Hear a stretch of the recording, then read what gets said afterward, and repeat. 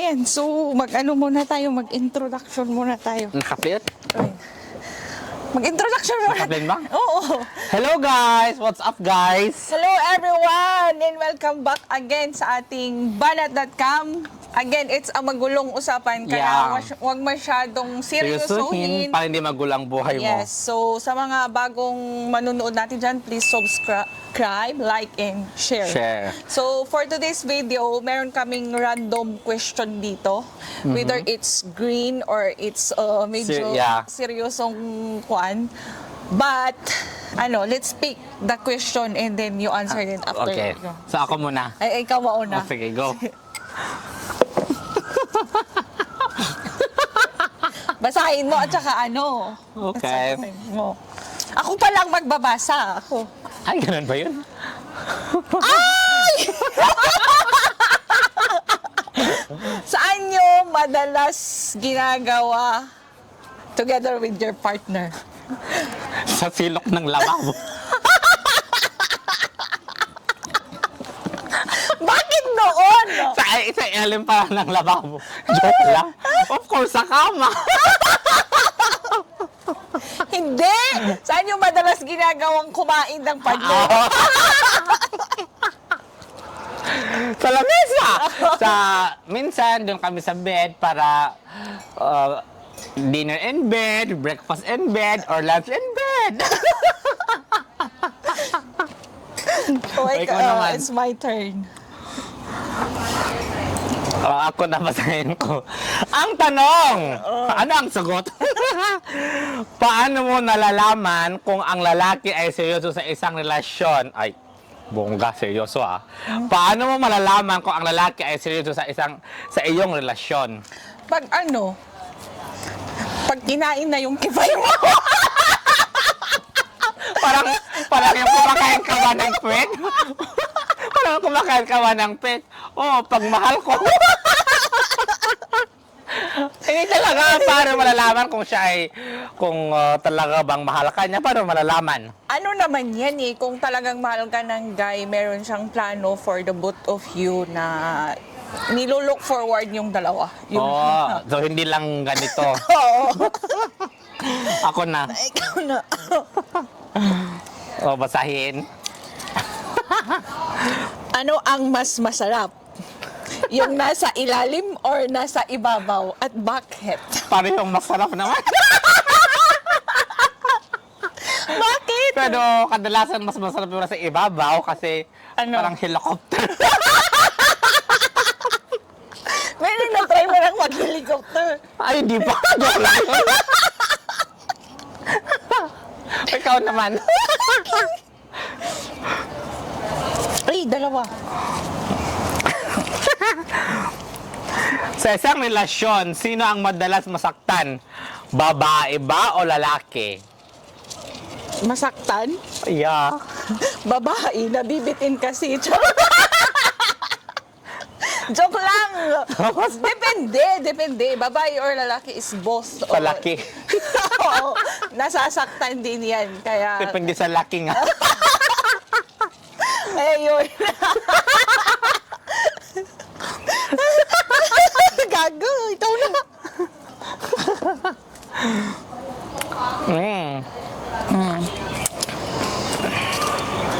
Sino ang nauunang nangangalabit? Yung partner mo ba o ikaw? Bakit? Minsan ako, minsan siya. Paano Siyempre, pangangat? di ba sa atin naman may halimbawa kapag dumating yung pakiramdam na libog na libog.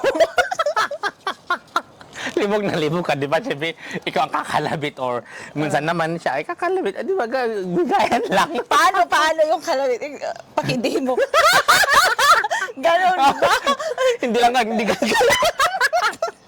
Ganon. Yung may halong hampas.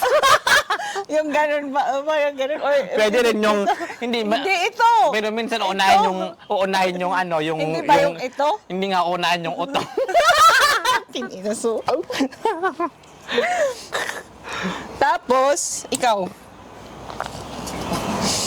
Ikaw ako ang magbabasa. Ako baba, Ako! lang sumagot. Ako ang sumagot, di ba? Di, sandali. Balik muna natin.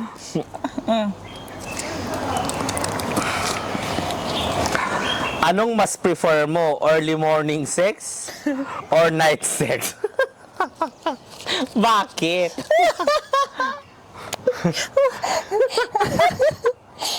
Lunch. Oo. I want 3 times a day. Hindi, dapat yan 5 kasi morning, snacks, lunch, tapos snacks ulit, tapos dinner. Wow! Ang tibay mo, ha? Tapos, meron pa sa midnight. Midnight snack ba? Tapos, ayun na yung meron ng morning. No, but I hate morning. I prefer yung Gabi. yung Bakit? patulog na kayo. Hindi kasi ako morning person kaya ayokong nakakalabit sa nakaka-disturb mo ng tulog. Ay, wow. Kaya dapat pagkatapos na paghigain nyo na, ayun na, go na, ganun yon. Okay.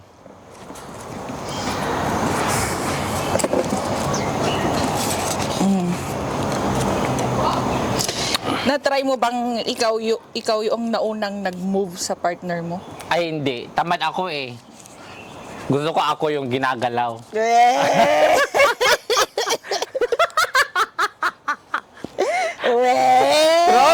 Ako yung ginagalaw. Ikaw na.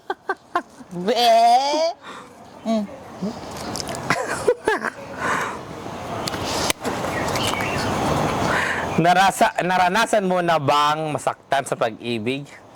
Paki-explain. Ay, bagay mo to. Bagay na bagay mo to. All of us naman na naranasan nating nasaktan sa pag-ibig. Pero, ganun lang yun. Nasaktan ka ngayon, bukas move on na naman. Find another man. Isang tagay lang Easily yan. move on, ha? Ganun lang, isang tagay lang yan. Ganun na naman.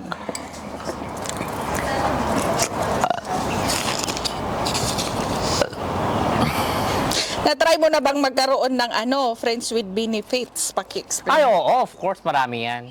Maraming beses yan, yung medyo bata-bata pa tayo, yung akala mong makikipagkaibigan ka lang kasi syempre, may mga kaibigan din naman na talaga, yun din naman talaga ang hangad nila eh.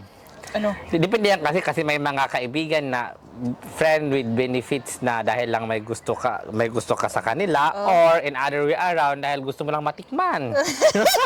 Yun lang yun. Ikaw na last question. Last question na to. Ang last na tanong ay, naranasan mo na bang ma-in love sa may asawa?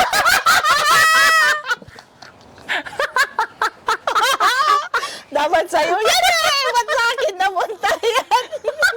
Gulat na ako sa tanong. Naranasan mo na bang ma-in love sa may asawa? Hindi. Yung may asawa yung na-in love sa akin. Anong feeling? Hindi ko pinatulan kasi nakakaawa naman. Pero bet ko yung guy. Kaya ko ay sabi.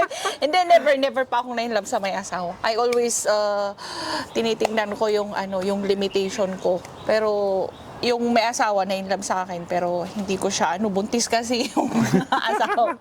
Ay, okay. Pero ako naranasan ko. Anong feeling? Yung feeling na bunga pa lang maging mistress. Gusto ko rin maranasan yun. Sana sa mga may... Ay, charo! Sa may mga asawa dyan. Gusto kong maramdaman. Joke lang. So anyway, thank you again for watching. It's magulong usapan talaga. Hindi mo alam kung tama o mali. Yeah. So nasa sa inyo na yan. May kanya-kanya naman tayong opinion sa mga katanungang ito. Nasa sa atin kung paano natin sagutin. Kung sagutin ba natin ng papaseryoso or magulo. Pero lahat naman tayo may kanya-kanya tayong opinion o may kanya-kanya tayong hangarin mga hulugan sa mga tanong na ito. Yeah.